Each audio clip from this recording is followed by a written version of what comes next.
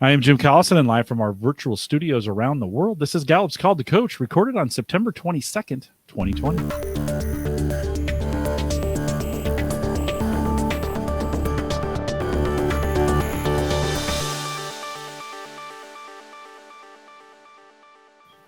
Call to Coach is a resource for those who want to help others discover and use their strengths. We have Gallup experts and independent strengths coaches share tactics, insights, and strategies to help coaches maximize the talent of individuals, teams, and organizations around the world. If you're listening live, love to have you join us in our chat room. There's just a link right above me there on the live page. Choose that, go to YouTube, sign into the chat room. You can ask your questions anytime during the program. If you have a question after the fact, you can always send us an email, coaching@gallup.com. Don't forget, if you're on YouTube, you can subscribe and you can always listen to us as a podcast. Just search Gallup Webcast in any podcast app. Ann Lingenfelter is our host today and works as a learning solutions consultant at Gallup with me, although a long ways away. Ann, welcome back to Call to Coach.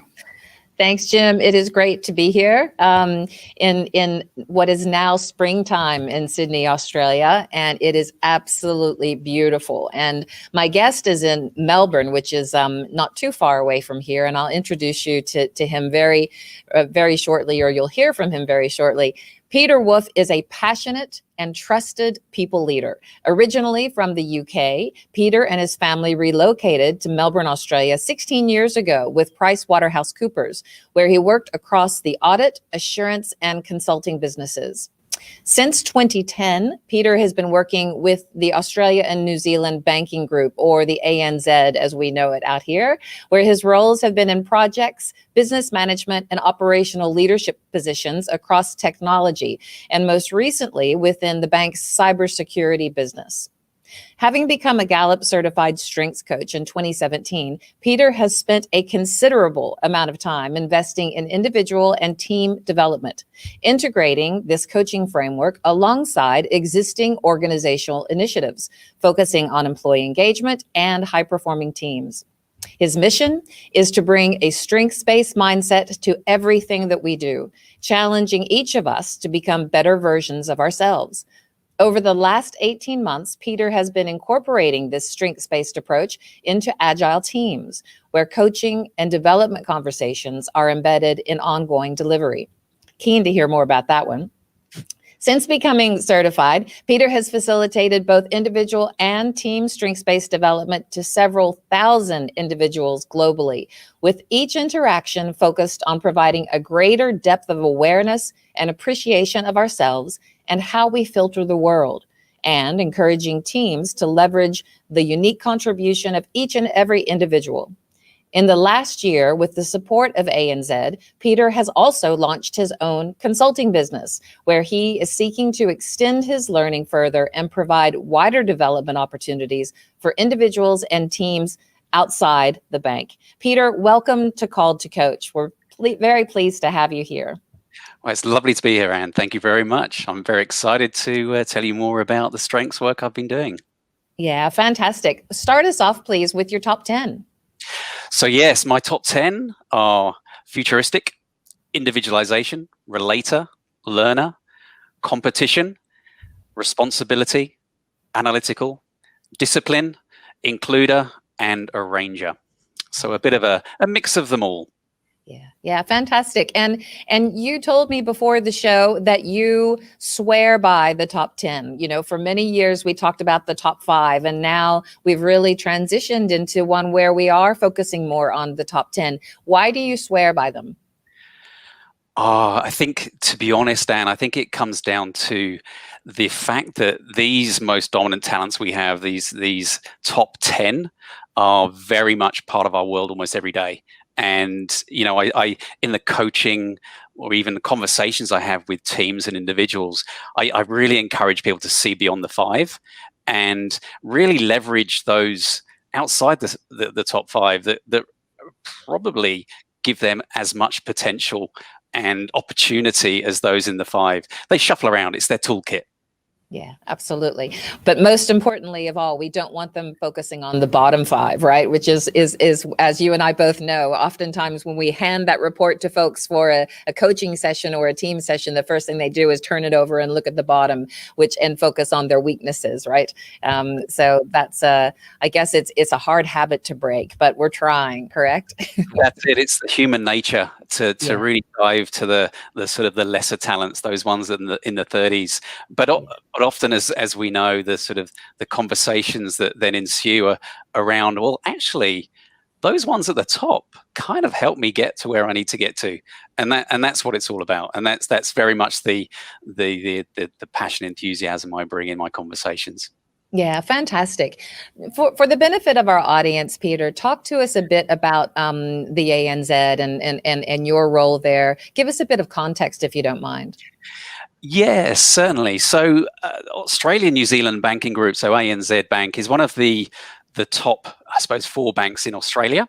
It's a traditional retail bank that we know and love throughout the world. It has about sort of 50,000 employees globally, largely based around Australia and New Zealand, obviously, but we have a significant presence in the Asian markets, as well as Europe and North America. So it is a global organization, but we focus more around the sort of the region of Asia Pacific, but equally the markets outside of that. And my role within the bank is part of the technology team. So I work as a tri-performance lead, which I'll talk more about later, in the cybersecurity team. And our role is basically to bring security to life and make it matter, and help people and our community and our customers sort of understand their roles and responsibilities into how to be cyber safe online, because it's everyone's I suppose role or responsibility. Yeah, absolutely. I think anyone who works for an organization, especially a big corporate, will understand and appreciate the time that is spent in doing your security training and doing and following the cultural aspects of being a good citizen, a good corporate citizen, and following all of that. But when someone has their busy schedule and their busy day, and they haven't done their corporate security yet, and it's sort of one of those things on the back burner. I think it's really an interesting concept to bring strengths in to say, how can we actually make this a priority and help people focus more on it? Does it get down to that granular of a level where you're trying to get people to respond to being a good corporate citizen and cyber safe from a strengths perspective? Yeah, maybe not directly in the strengths sort of language concept, but very much it's all about the human. It's all about the human element, the people side of it. And that's certainly what I feel I can bring and help with around how different people react. It's potentially the competition that I have at my number 5 that's all about comparisons, on all about thinking about sort of, well, why do people operate in different ways? And that feeds into a lot of my individualization, which is my number 2. So just the theme dynamic around those two just brings it to life for me in terms of how people just act and behave that is different, but unique and equally sort of contributing to sort of being cyber safe online. Yeah, fantastic. Let's go back now to the beginning of your strengths journey. Where were you introduced to strengths, and how did you start to think about and consider being a coach? Yeah, so I think it's about 7 years ago within ANZ Bank, where I was introduced to it as part of something that will probably resonate with a lot of people, almost like a team building, an off-site event where we as a leadership group completed the CliftonStrengths, or Strengths Finder as it was back then, assessment, and we got to dabble with it and explore a little bit of the meaning behind it.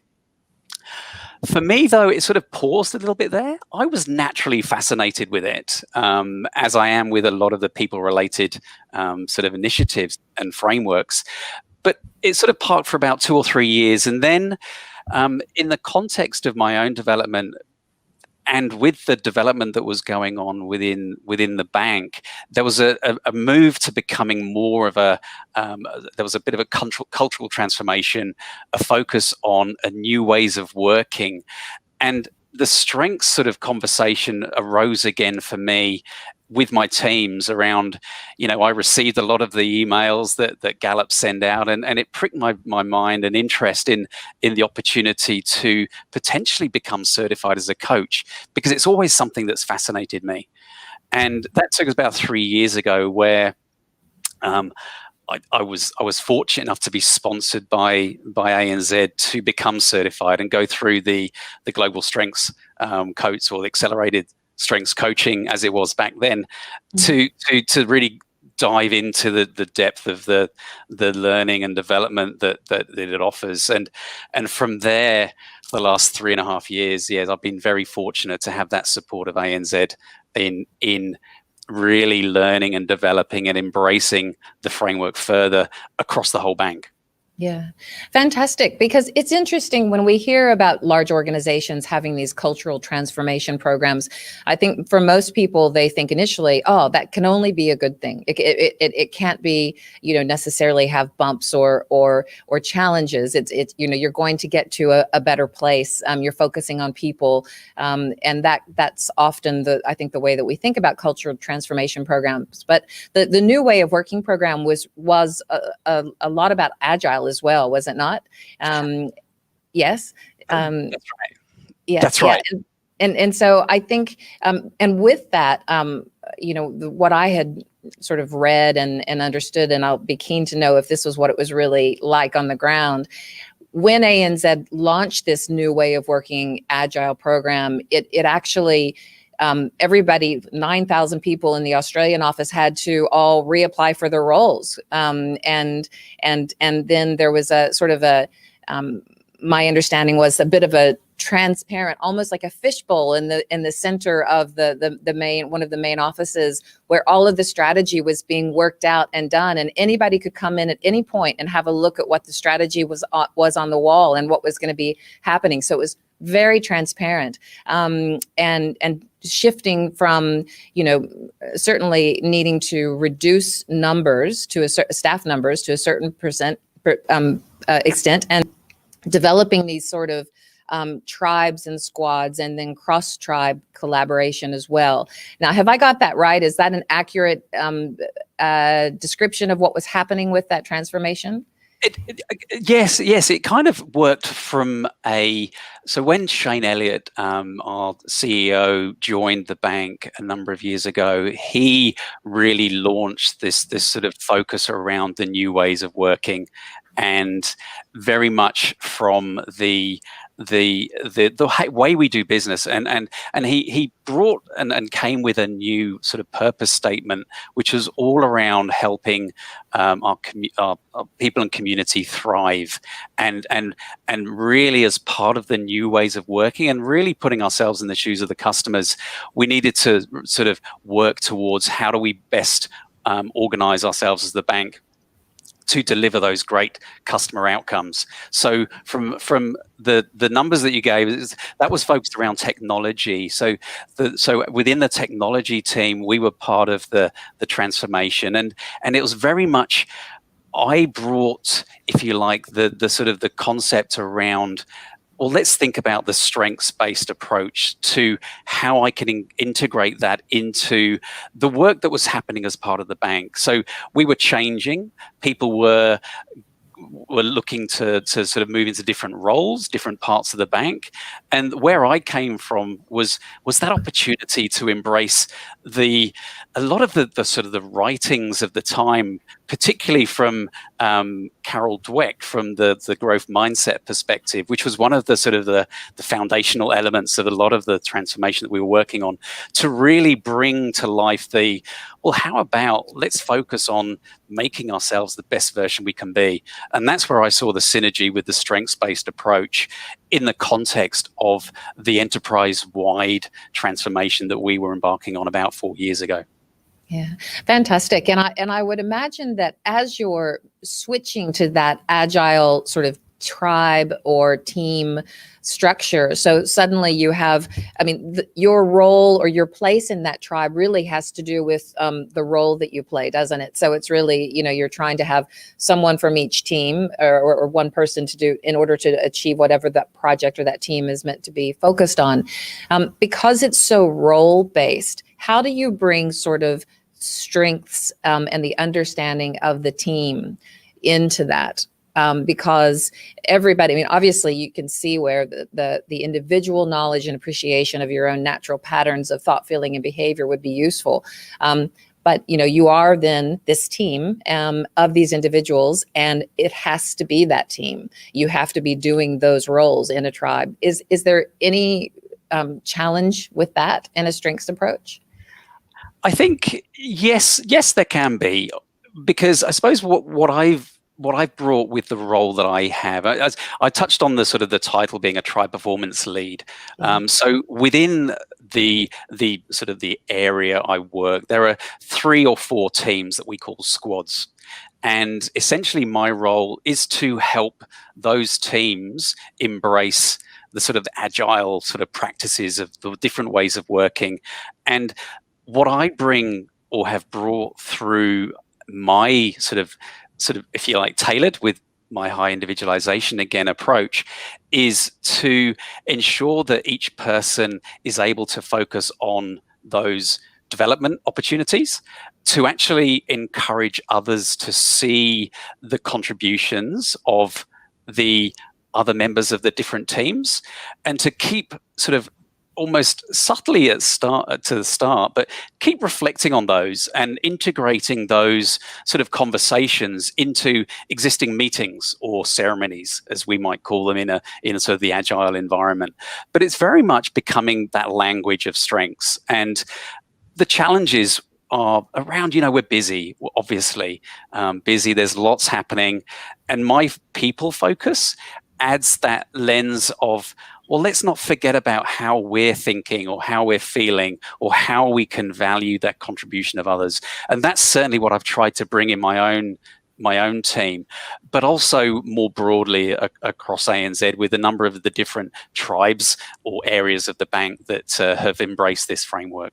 Yeah. So what does Agile look like at ANZ today? It was sort of kicked off, the new way of working, what was that, 4 years ago or something like that. Where has it settled now? And specifically, really, really specifically, if you don't mind giving us an example of how you bring strengths into the Agile process. I think, if you think about the coaches that might be listening, perhaps they've just gotten a contract to work with an organization that wants to incorporate strengths and Agile. How have you done it, and where have you found it really successful? So a couple of examples, perhaps. Firstly, within an agile environment, we work in the context of the backlog, which is the work, the activities that we need to undertake to sort of deliver value to the customer, whoever that may be. It might be another part of the bank, it might be the customer who's receiving a new product or service. But essentially, what I've done within my own area or tribe is integrate the specific stories, which are the pieces of work that are undertaken as part of the agile sort of environment, so that it's tracked, it's managed, people are focusing on it. So it's very much integrated into our work practices.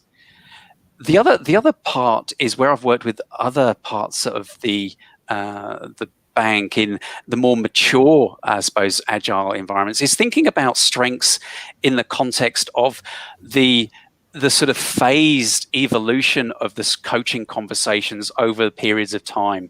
So we, within the agile environment and context or sort of terminology, we use the concept of sprints, which is a period of time that we essentially have to deliver value. And what I've integrated most recently, and this is where I've been working with a great strengths coach, Dion Rademeyer, previously.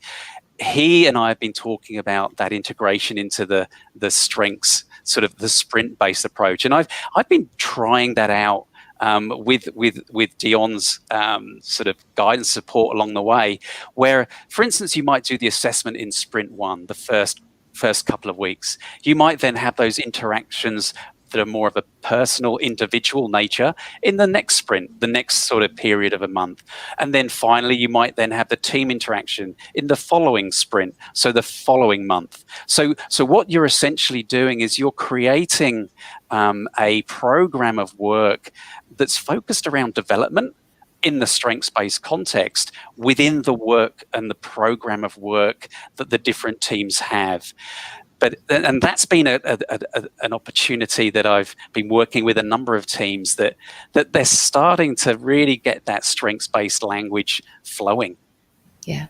And I think that whole concept and idea of integrating strengths into the already existing priorities of an organization and a team is 100% the way to make sure that it is sticky, right? That it doesn't go anywhere, that it's not sort of a flash in the pan. And I tell my clients all the time that it is not the destination. So, becoming strengths-based is not the destination. It is the vehicle to getting to whatever it is that your organization has set as their goals and their missions and so forth. So outside of Agile, what other ways have you linked strengths into systems and processes and pre-existing priorities of ANZ? Yeah, great question. And it's certainly been one of the, I suppose, the key sort of opportunities I've been able to really gain success from. So the really one of the most important pieces that's helped me and the framework grow within ANZ is linking it to existing people initiatives. So we have our new ways of working, but we also have something called new ways of leading, as well as the sort of the methodologies around some of the agile and how you can bring it to life within the respective squads or teams. So what I've essentially done, perhaps rather than saying, hey, this is the CliftonStrengths approach, I've leveraged almost specifically and directly from the outset how it feeds into the growth mindset piece, for instance, as I said before. Well, it's all about helping you become a better version of yourself. That's essentially what it's all about. And linking it as part of the overall people programs, so that people often get that reassurance that it's not something that's maybe sort of significantly different from what we're already embracing. And I remember the early conversations I had with our HR teams. We refer to them as our talent and culture. They really encouraged and supported this concept to grow within the sort of the frameworks that we had, just to enable that sort of that stick and embedding across the different areas. So we would work very much in partnership with the sort of those central teams to help bring it to life in reality for those individuals sort of working on those teams specifically. Yeah. Do you take things like your performance discussions and your engagement scores for teams? Do you bring it into those conversations, or do you coach managers of teams on how to do that? So yes, I do. From the first part, from around the engagement piece, I look after a number of the people engagement initiatives within my own team, and help encourage sort of some of the actions, and that's where the sort of Q12, the engagement piece fits in nicely. But the concept of strengths has been very much embedded in those sort of engagement surveys, and I'm very clear often in terms of how I can actually, again, integrate it into the conversations you have about, employee engagement, getting to do what you do best every day. Do you understand what's expected of you? And those sort of conversations really breed the sort of the synergy with the strengths-based sort of language. So this is something I've integrated again, helping the team sort of see that it's not something that's different, but it's something that's very much part of what we're already doing.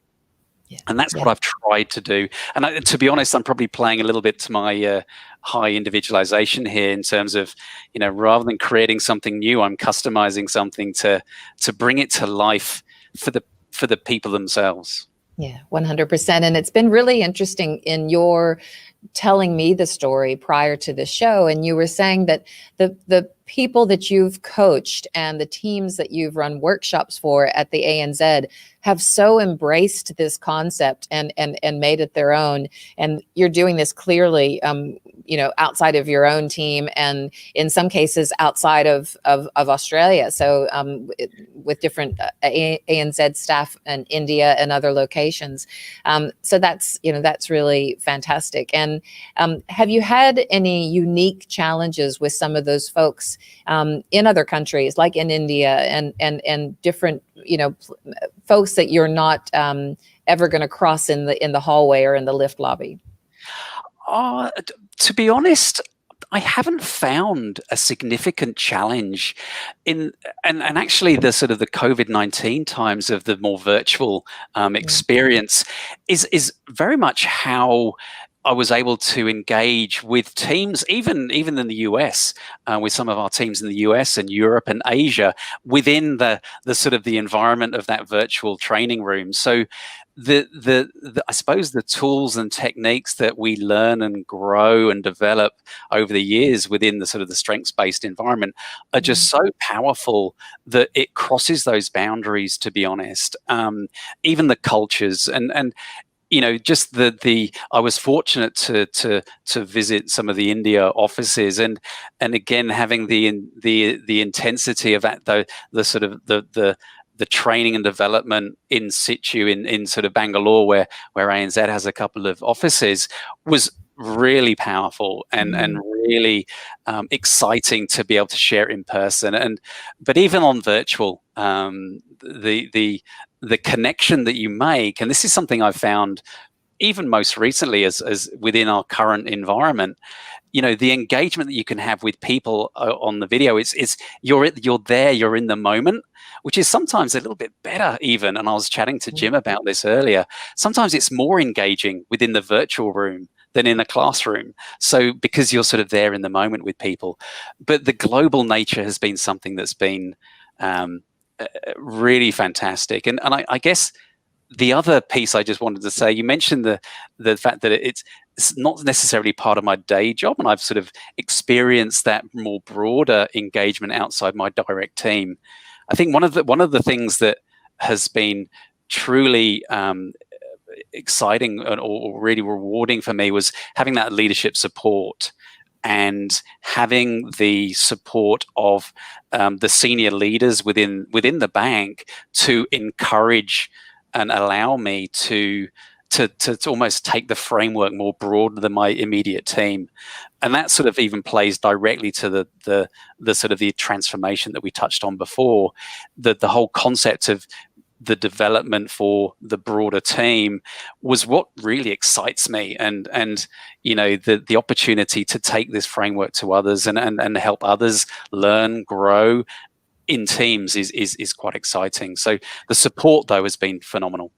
Well, and that is hats off to ANZ, really, that they're really putting their money where their mouth is, so to speak, and allowing you to take that beyond your team and be the best version of yourself and have the ability to do what you do best. And the fact that they have supported you, even as you've been very clear that at some point you've started your own business and that you want to be able to transition into more and more coaching outside of the ANZ as well. Just, I'm sure there's a lot of folks who are listening to this saying, wow, how did you pull that off, Pete? so how, can you talk a little bit about that? That's amazing flexibility and sponsorship from your employer. How did you negotiate that? Yeah, well, it's sort of within ANZ, we're very fortunate. There are a number of flexible working arrangements and the opportunities to explore and learn and grow and be curious, which is one of those sort of key behaviors around the sort of new ways of leading that we've established. But for me, I was able to leverage I suppose the opportunity where we could condense my work fortnight. So I could work 9 days over 10, and essentially free myself up and have the approvals from the sort of the key teams in the bank to do that, so that I can explore more broadly outside of the bank. But you touched on the important piece around just being open and transparent, and actually making it known to the team I'm working with directly on a day-to-day basis, but also those externally, to say that, I balance this, and I'm the intent is to sort of help where I can, and just being, I suppose, able to sort of deliver on what I need to do as part of my day job. But the support that ANZ has provided me around that condensed work fortnight gives me that opportunity to, who knows, somewhere down the track, I can expand something more broadly outside. But I guess there's that fine line. I'm certainly very much enjoying the work and opportunities that I have, and I'm still growing and I'm still learning. And just the opportunity to explore sort of outside of the bank is another fantastic opportunity that I'm very lucky to have. But certainly the support and the flexibility that we provide our employees and the people that I work with directly has been tremendous. Yeah, fantastic. Let's go back now that you've been there for several years and have been having these strengths conversations and such. The reality is it's been a tough few years in Australia. Certainly in the banking industry, on the back of the Royal Commission, that was something that for many folks in the banking industry, their pride and where they worked, their morale, that sort of thing probably took a hit to a certain extent in some organizations. Did you see evidence of that in your coaching and in your sessions that you were doing? And if so, how did you address it? Yes, I mean, it really comes back to our purpose from an ANZ perspective about how we can help people and communities thrive. And I've always, again, the futuristic, which is my number one, I'm really driven towards that overarching goal and purpose, and that helps me sort of thrive, I guess, in my own right. But where I've applied that in the context of strengths is very much, there's been a lot of change. There's been a lot of movement in people and teams, and the strengths sort of approach has helped sort of with a number of conversations that I've had around where do they want to go next, or what do they want to explore next. So the context of development in the sort of the career, or what role might suit me in this new environment has been very important. So I've been very supportive and often help teams or individuals around helping them to see where they have truly thrived in the past, not necessarily giving them the, oh, well, you must do this role. It's more of that sort of open conversation about, well, tell me about what has been a great role for you? What has been your most positive experience? And how does that align with your top 10? And how might you consider a potential role in that context? So what sort of things or activities or engagement would you need to help thrive in the changing world? So I really do bring the conversation back to that top 10 again, in terms of bringing it to life and helping individuals, again, understand, appreciate, and then use the naming, claiming, aiming concept in the way that works for them, applying, the sort of the unique customized approach. But it's very much, I sort of put myself in their shoes and think about, okay, well, tell me about those great experiences. How cool would it be to do something like that in the future? And that's sort of where the conversation goes, and the engagement and excitement is embraced around these changing, differing times. Yeah, absolutely.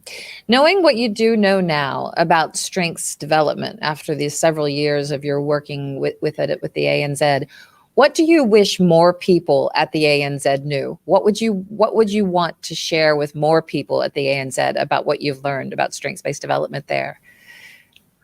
Oh, that's another great question. I think we're just not there yet in terms of really expanding and broadening.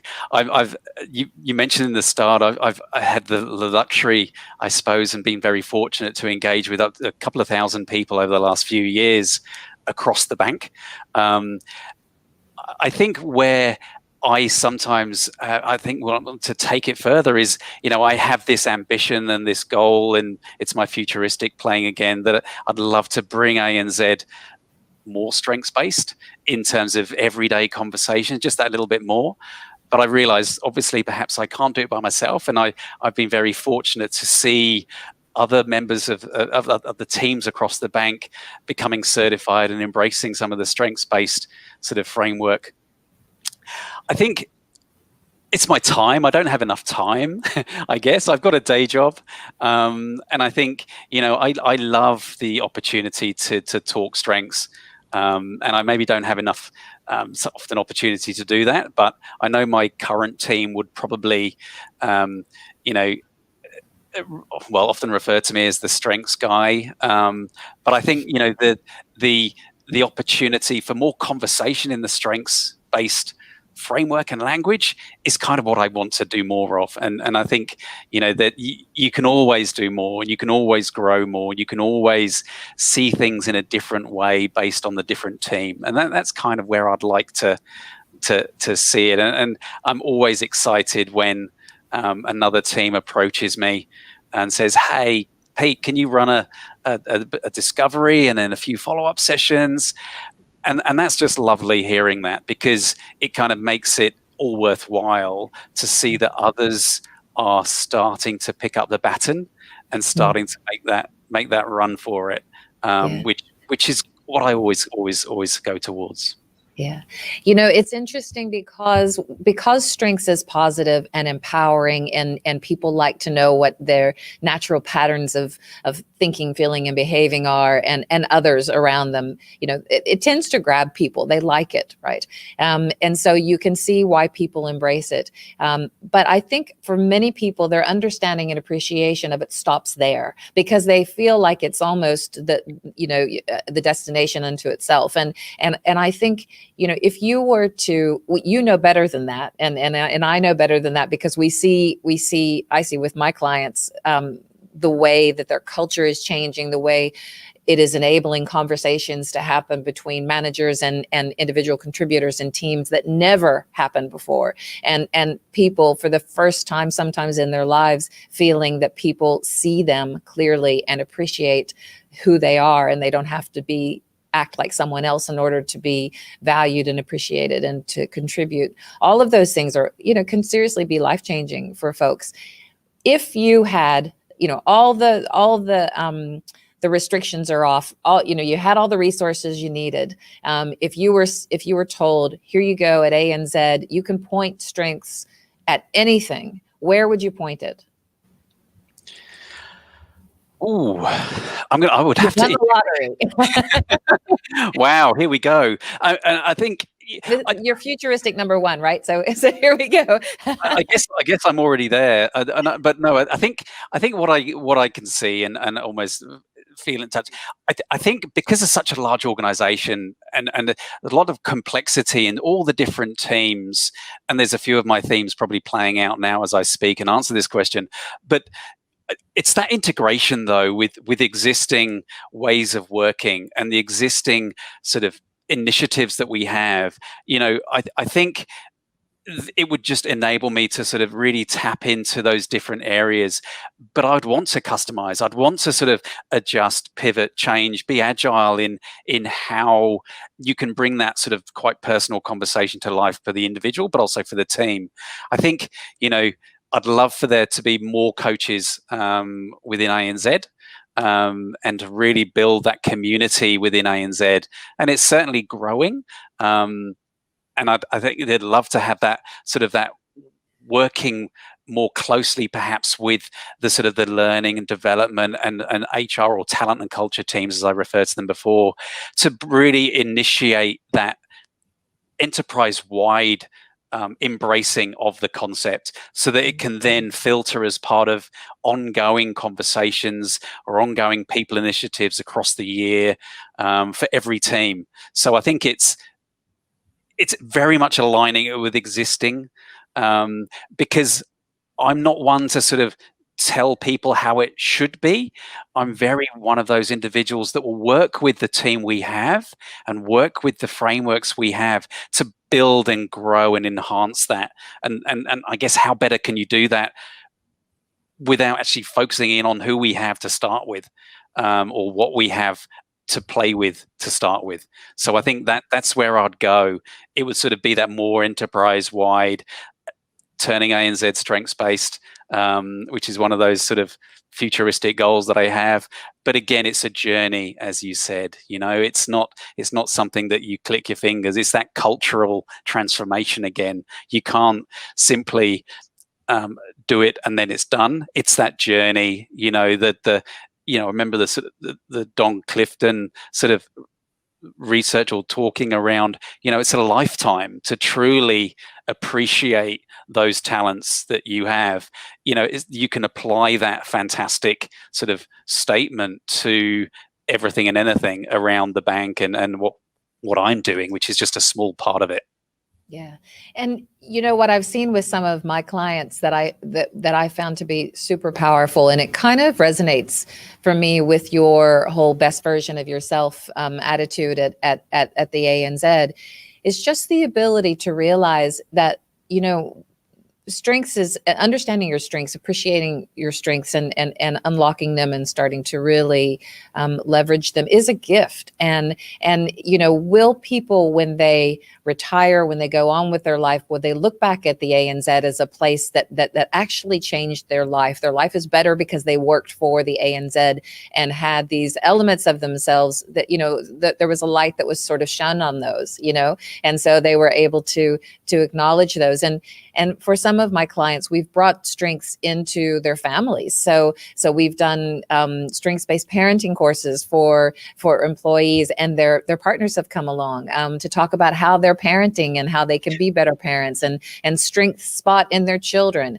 And we've done a course or a workshop for them with their partners, just on whether they're married or just cohabitating or whatever, just being able to appreciate and understand each other and start to really understand the filter through which they see the world. So it is really, it can be looking at the whole person and being the best version of themselves, not just when they're at work, but all of the time, because that more holistic, lens is always going to benefit the organization in the time that the employee is working within those walls. Absolutely, I completely agree. And a number of occasions, that you I've extended beyond the sort of the ANZ sort of employees, where family members and partners and friends have wanted to experience the concept or framework as well. But absolutely, there really is the opportunity, because it then plays into the whole well-being, as well as clearly then the whole employee experience, the engagement that is so important in a place where we spend most of our time, and in COVID-19 times, they're obviously very blurred at the moment, particularly down here in Melbourne. Yeah, absolutely. Our thoughts have definitely been with everyone there in Melbourne, and it certainly. Yes, we just keep, I'm sure you have calendars on the wall and you just mark off them day by day, one day closer to lockdown being over. So our thoughts are with you guys. Jim, have you got any questions from the chat room that people are hearing and want to ask Pete? Yeah, so we actually do. So we have two questions that are kind of opposite of each other. So Justin starts with, he's very interested in the approach you're bringing to strengths to agile teams. What are your thoughts on getting all three phases of your approach going before a team starts? Has this been tried? Oh, great question, Justin.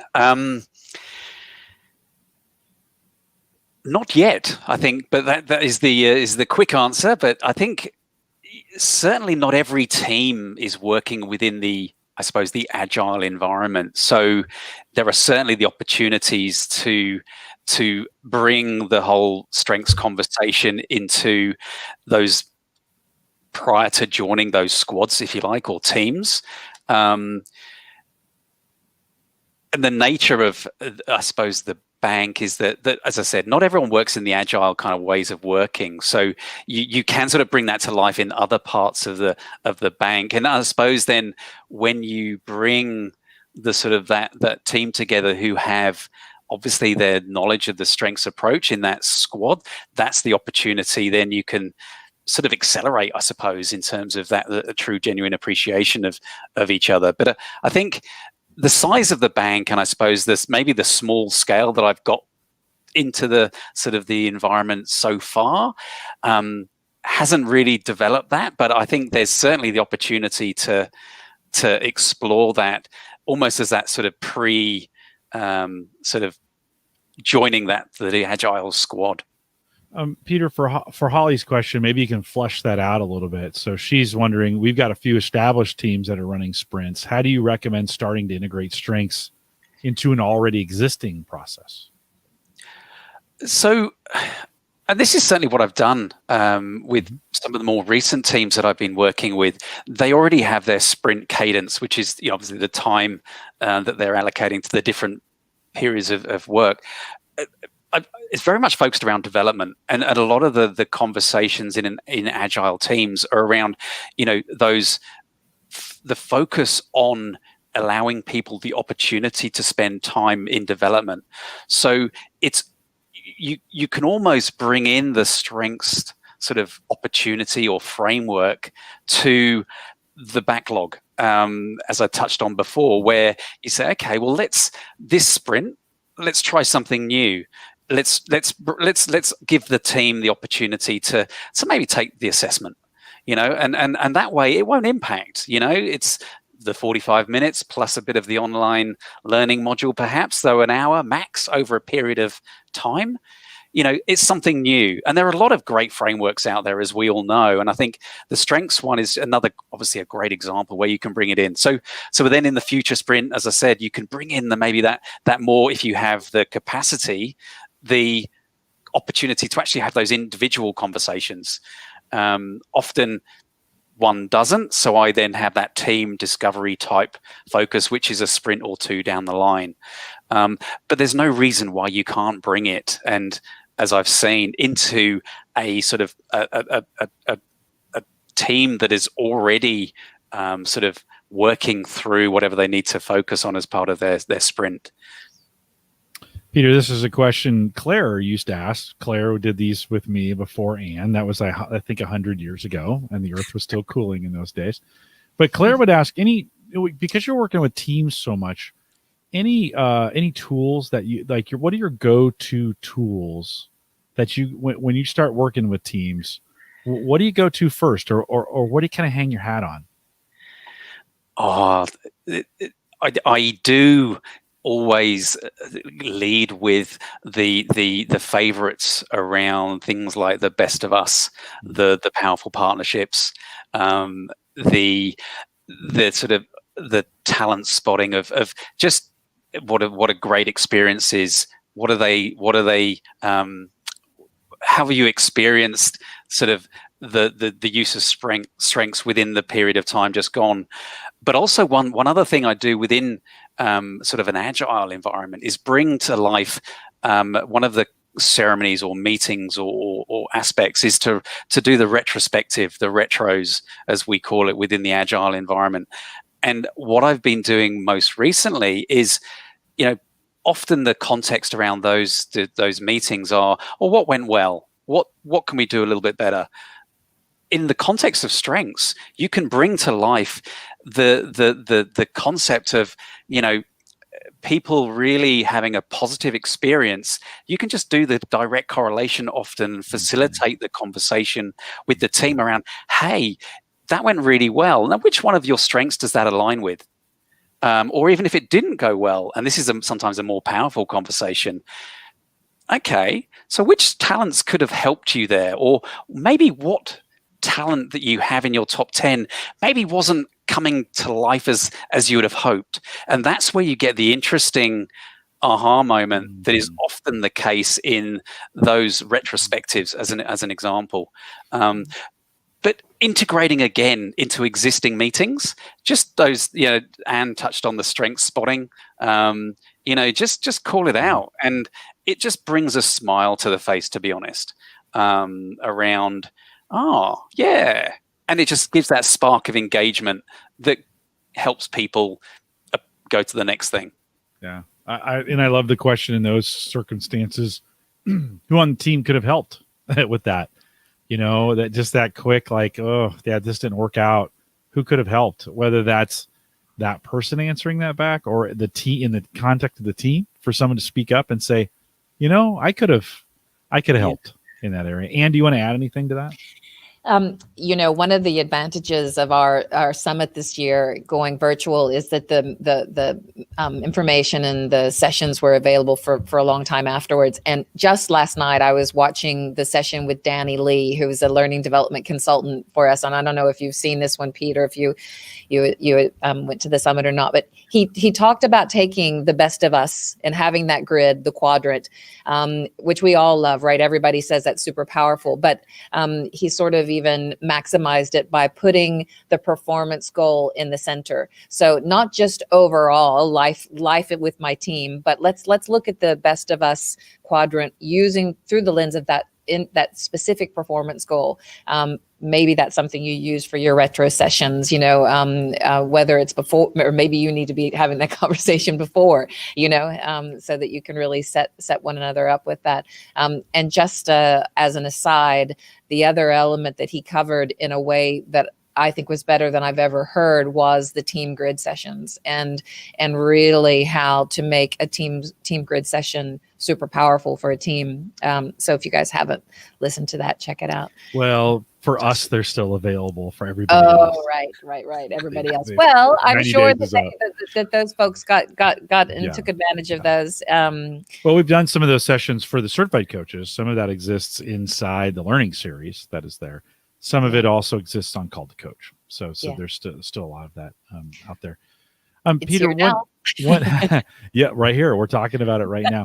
I love this question from Justin. He says, which of your top 10 is your favorite? And I would always say that you're most successful with. And which one do you love the most? So you can pick two, but what do you lean on the heaviest, and where do you think you're the most successful with? It would be my Futuristic, my number one, which it just happens to be my number one. But and the reason why I say that is that I really enjoy sharing what I can see. I really enjoy, almost as part of every day, helping people, helping teams focus on, in the context of coaching, the best they possibly can be, but also in terms of what we're trying to achieve as a team. One of the key components of my role is all about facilitating the team planning and thinking about, okay, so what are we going to be doing in the next 3 or 4 months? What are we going to be doing in the next year? And I love that. You can probably see my eyes light up. I get really excited about talking about the future. So it's the kind of one that helps me the most, and I enjoy, and I hopefully inspire my colleagues that I work with, and maybe even the folks that have had the opportunity to have learned some of the strengths-based concepts, see that as well. And the other one for me, competition. It's my number 5. Again, I'm living and breathing it through my coaching. I'm comparing people all the time. I'm thinking about, why do people do things in different ways, and comparing that in the context of my individualization as well, which is my number 2. So maybe I'll go with my favorite 3. But again, and that's something that's come through for me. My coaching is really very much aligned with my top 5 or my even top 10, and I can see it living and breathing almost every day in kind of how I coach, but also my day-to-day in my role. Kind of final question for you from the chat room at this point. By the way, Justin agrees. You said you have individualization number 2. For Marina, it's number 1. What's the most impactful use of your individualization? I heard you say this, by the way, a few times early in the interview. But what was the most impactful use of individualization theme when you're working with teams? Oh, again, I'm customizing. It's the stereotypical one size does not fit all. In my own team, where there's sort of 3 or 4 different teams or squads in the agile environment, I encourage people to sort of make the agile sort of framework come to life of what works for them. So there is no right or wrong. There is no good or bad. Let's really work on what works for you. So my individualization really keeps me going through that. And I deliberately call it out. And I say, hey guys, my high individualization is going to encourage me and drive me to sort of make the best for you guys. And I work with you to help bring to life whatever you need to do. So that's kind of where my individualization kind of leads me, which I think is it makes me feel good, and hopefully the teams as well that I work with. Yeah, I think as a coach, that becomes a very important aspect of making sure that we can drill down to the individual. We know that there's lots of things teams have to do, and you have to just do it. It's part of being on part of a team. And yet that the ability to juxtapose the team with the individual is what makes managers great. That's what makes managers great, when they can do both. It's not either or, it's both and. And so, and why don't we thank Peter for coming and bring this thing in for a landing. Yeah, absolutely. We do appreciate your time, Pete, and we'll be very interested to see where you go from here and how your own business develops. And we'll have to have you back to talk to us then. Is there anything that you wanted to speak to today that you didn't have a chance to talk about? Any questions that I should have asked that I missed?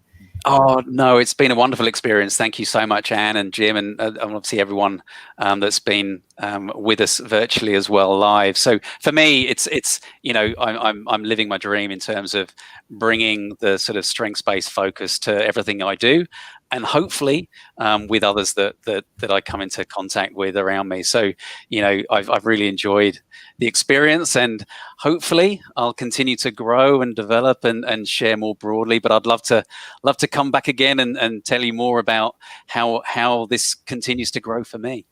Yeah, fantastic. Thanks again. Thank you so much. We will look forward to that. I'll have you guys hang tight for me. We'll hold you to it, by the way. We'll bring you back in 3-4 years from now, and we want to have some great stories. So you might want to write them down and have them ready. With that, we'll remind everyone to take full advantages of all the resources that we do have available at Gallup Strength Center. So did I say Gallup Strength Center? Now on Gallup Access, it's been a year now? Now on Gallup Access, head out to gallup.com/CliftonStrengths. That oftentimes happens. You have those repeatable processes that when you're trying to think of something else, it sneaks in there. So gallup.com/CliftonStrengths, all these webcasts are available for you there as well. If you want to find some great resources, gallup.com/CliftonStrengths, sign in. At the very bottom of the page, there is a sign up for the Clifton Strengths community newsletter. Get on it. Every month we'll send you what's going on in the community. A great way to stay up to date with everything that's going on. If you have questions, comments, some ideas, send us an email, coaching@gallup.com. I mentioned this early, but you can join us on Eventbrite. So go to gallup.eventbrite.com, sign up there, follow us, and you get a notification whenever we do these live programs. A great way to remember to join us live. You can get them on your calendar and join us out there that way. If you want to join us in our social groups, you can head us out on Facebook, facebook.com/groups/called2coach. About 15,000 of you have found us out there. So it's a good group to be a part of, or maybe you're not a Facebooker, and right now it's okay not to be. You can do it on LinkedIn if you'd like to find us there. Search Clifton Strengths Trained Coaches. Don't have to be a coach. Just ask to be invited in. I will let you in there as well, and we'd love to have the conversation. If you found this useful, we'd love you to have you share it. Just do that. Just share it. So wherever you have influence, we'd love to have you share it. I want to thank you for joining us today. If you're listening live, thanks for coming out tonight. With that, we'll say goodbye, everybody.